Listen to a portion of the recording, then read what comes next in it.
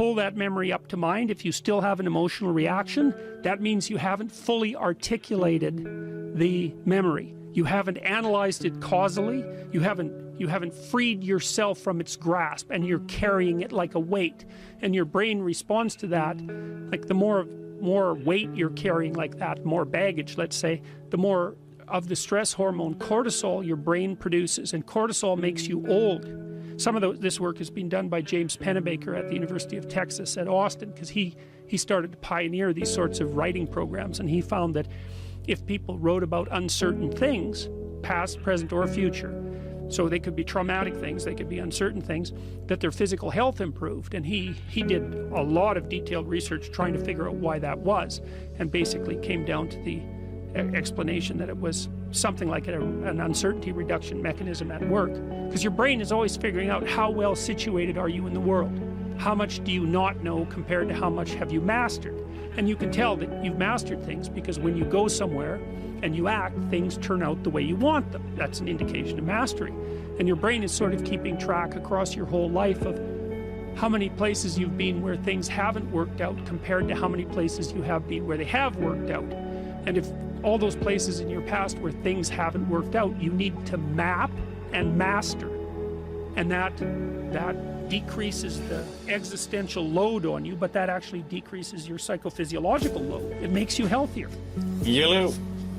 Cortisol running through your system, thus decreasing your overall quality of life, proning you towards neuroticism, stressing you out, aging you, robbing the full capacity in which your fingertips may grasp the life before you. These are the demons which haunt you, the memories that hit you with emotional impact when they come up. We all have them, but will you let yours control you? Not just from Dr. Peterson as testimonial, but from my own personal experience, sitting down somewhere quiet and meditating as the thoughts flow through you, waiting for the ones that emotionally trigger you and writing them down, questioning them, searching for a way to understand and accept them, solving them in hopes you may gain a little more wisdom for the future.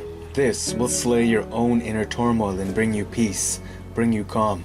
It's so simple, yet so difficult.